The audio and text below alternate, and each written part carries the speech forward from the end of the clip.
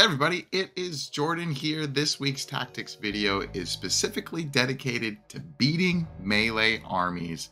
How to beat melee armies in 40k move blocking 101. I think move blocking is an incredible skill that every single Warhammer 40k player should really take time to understand and fully develop. Things that you can do with move blocking is you can control the board. You can dictate what units that you have are getting charged by your opponent. And most importantly, you're going to keep your important units that are integral to your army safe, maybe for the whole game. If you're able to master move blocking, then I can guarantee that your competitive 40k playing skills will skyrocket through the roof. Let's take a look. Move blocking is when you take your unit, hopefully one that you don't care about, and you put it directly 1.1 inches in front of your opponent's unit that you don't want to go anywhere.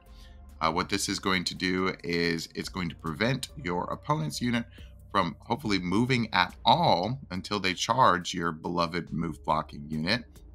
And it's going to severely hamper the amount of movement that can be made as well as the direction that can be taken.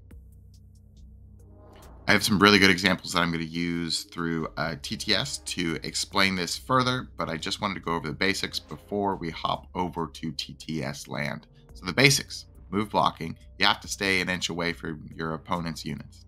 It's just what the rulebook says. You need to pre-measure your opponent's unit's movement. If your opponent's unit's movement is like 14 inches or something, then it's going to be way more difficult for you to move block that unit because they can just back up and go around whatever you've placed in front of them. That leads me to my next bullet point is ensure that you are actually move blocking them. It's happened to me before. It's a terrible feeling when you set up what you think is an excellent move block and then your opponent starts their move and then they just like move around you in a way where it's just kind of like duh. So before you move into your shooting phase, before you finish your move blocking phase, have a conversation with your opponent. Say, hey, if I put these guys here, it's looking like you can only go this way or this way. It does not look like you can go through them through here. Does that seem right? And if you're playing a good opponent, they'll say, yeah, it looks good to me. Or let's try and do it this way so that we're doing that. Always plan by intent. Then last but not least is be really careful of shooting. If you move block with a unit that is up front, and then you also have an important unit behind that unit, your opponent could just shoot your screening move blocking unit away, and then they are free to charge your very important unit behind. So shooting can mess up move blocking because yes, you can move block them, but also if they're able to just charge something that is in a relatively good charge threat range after your screened unit has been shot off, you haven't done anything because you've given up your move block unit, and it seems like you've also given up a different unit in case that unit dies as well. So let's take a look at all of these things in TTS. Land here. If you haven't played Tabletop Simulator, it's a fantastic way to get good at 40k. I highly recommend it. But anyways, looking at these gargoyles, I've placed them in a way. I'm move blocking these blade guard. I really don't want these blade guard to get closer to my deployment zone. Definitely don't want them to get over to my hive tyrant over here. Okay, so I have fully wrapped them in like a big old bubble right here to prevent these blade guard from going anywhere basically, but backwards this way, and then maybe getting a little bit movement over here, but honestly probably not because of this position right here. So you can see I'm 1 inch away from everything like this, boop boop boop, all the way through here. I'm wrapping them all the way around, and I'm making sure that they can't move at all. Now if I had placed the gargoyles something like this, especially if I do this, this is not a good move block at all because blade guard, let me put this back here, blade guard will be able to move their 6 like this. And then if anything over here that is relevant, they would be able to get this. Now, I've placed this hive tyrant over there just to be safe, but you could still charge the Hive Tyrant. Now, the last thing that I'm going to talk about before we go back to our presentation is the shooting aspect that I was detailing. This Vindicator right here, if he so chooses to absolutely obliterate these gargoyles, he will do that. Full stop. There's no question. Through the big cannon and storm bolters or whatever else he's got, he's going to kill these gargoyles. So, because of that, I have made sure that my Hive Tyrant is greater than 12 inches away from this Blade Guard unit. That means that these guys can't move at all because they're exactly at 1 from the gargoyles. So they have to stay there. But if the Vindicator blows up all these gargoyles, the Hive Tyrant is 12.1 inches away. Therefore, it cannot be charged. Then you have sad Blood Angels, and you have one very happy Hive Tyrant.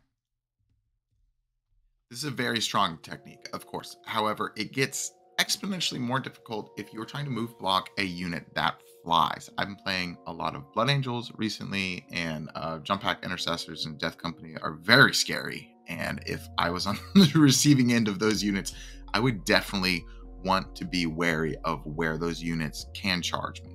So if you're trying to move block a flying unit, you need to project where they can land, not where they are, where their movement is. Okay, so most flying units, I think, in the game move 12 inches.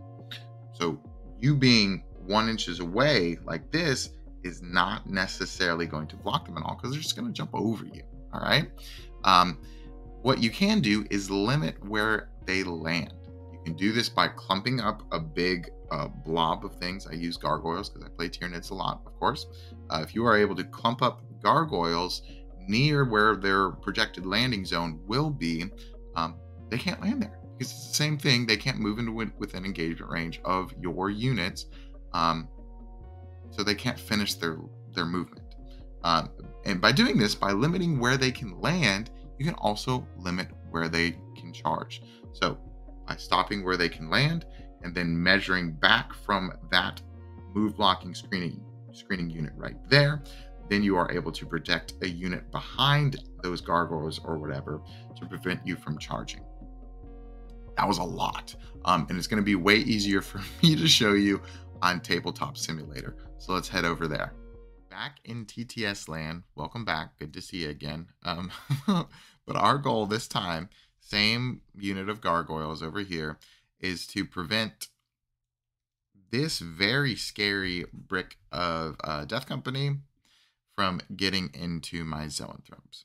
Okay. Now, normally, if my gargoyles were not there, they would be able to move 12, be right there, and then it's like a 7-inch charge, which, granted, yes, is a pretty long charge. It's still a doable charge, but it still definitely would be declared. And if I was a Blood Angel player, and, well, actually, maybe even this guy can get even closer. Nope. But going something like that. Yeah, so it's actually looking close to a 6. If I'm a Blood Angels player and it's a 6-inch charge into some zoanthropes, I'm definitely going to take that target. So what I've done with my gargoyles here is first you want to measure out where 12 inches is. So, oh goodness. Sorry, excuse me. Okay, you want to measure out, I don't know what that was. You want to measure out 12 inches to see where this unit can land if they move their full movement. So landing right there is not possible because you're in engagement range of the gargoyles, right? You can't really go over here because then you're also right in the middle of engagement range of these gargoyles right there. And honestly, something I should have done is I should have done this so that he can't find that pocket right there. Perfect. So they still have to finish their move an inch out of the enemy unit, meaning my gargoyles. So the place where they can land is something like right here, just outside of an inch. I guess this guy can move here, just outside of an inch like that. Boom. This guy can move a little bit further, but he's still really not making where we are there. And this guy will go with something like that. So what could have been a 6-inch charge, let's say these gargoyles die, which they probably will. A 6-inch charge, if I was able to move like there, will actually end up being like a 10 or a 9 rather. Still doable, but definitely hampering the way the movement of these jump pack units are able to do. Now, once you set that up, you could actually say, all right, I'm going to scoot back just a little bit more, just like that. If you pre-measure this, knowing that if they land here, then that would be exactly a 10. You could probably make it even further. But by projecting where the jump pack units land, instead of trying to block them directly up front, you are able to block off things even when enemy models have fly. Pretty cool. Thinking again about this topic and how we can get better, here's a little bit of a checklist of things to double check yourself on when you are doing your best to avoiding a scary charge from like Death Company or 8-bound or etc. Make sure you pre-measure your opponent's movement. It's going to be on the data sheet, of course, and make sure that you understand where those models can move and where they can finish their move. It goes with double checking with your opponent if you are move blocking them, making sure that their movement will be dictated a little bit by where you place your models as well. Charging is finite and predictable. It's probably the most really like set in stone thing in 40K. Movement plus 12 is the range almost always. If it's advanced and charge, then it's movement plus 18. If you really, really, really want your unit to not be charged, it's honestly very easy to do. You just stay out of that threat range. And if you are able to move block things like we've been talking about, you are able to reduce those units' movement, and then that predictable range gets even smaller. So if you're able to cut off 3-4 inches of movement, and it's a considerable hamper to where they're going to be able to charge. But always do the math before you move on to your shooting, before your opponent starts taking their turn, so you're not surprised by any terrible chain circles. That next bullet right there, double check with your opponent. Have a conversation. I think Warhammer 40K is absolutely needed to be played by intent. Tell your opponent, hey, I'm trying to do this thing. Can you double check that I've done this thing? If your opponent says no, fix it, Make sure that you both agree on the table state so that you are able to have a positive competitive experience. That's how I like to play. Speaking about all those things, combat can always be very, very easily prevented. If you do this checklist, if you know where your opponent's models are going to be able to be moved, and you know where your models are, you can stay out of combat if you really, really try. And something that's really, really going to help you get better at Warhammer 40K is liking, commenting, and subscribing. We do tactics videos every single week, as well as our weekly streams on Wednesday nights. So if you're new to the community, welcome. Love to have you. We're only going to get better, honestly. We're really pushing to 3K subscribers, and we would be very grateful if you joined us on that journey. Last, totally unrelated, is remember pilots. Make sure if you are screening one unit and having a unit behind them, that unit is 3.1 inches away. Because what your opponent can do is they can charge 2 units into your screen unit, kill your unit with their first unit. And then if you are closer than 3.1 inches with your important unit, the other unit could then pile in and activate into the unit that you're trying to protect. So please make sure that you're doing that so that your precious hive tyrant or whatever is safe when you are wanting him. All right, everybody, that is it for today's tactics video on move blocking your opponent. I hope you enjoyed it. I hope you learned something. Please make sure you're liking, commenting, subscribing to our channel if you like this content and if you want to see more. Thanks as always, and I'll see you Wednesday.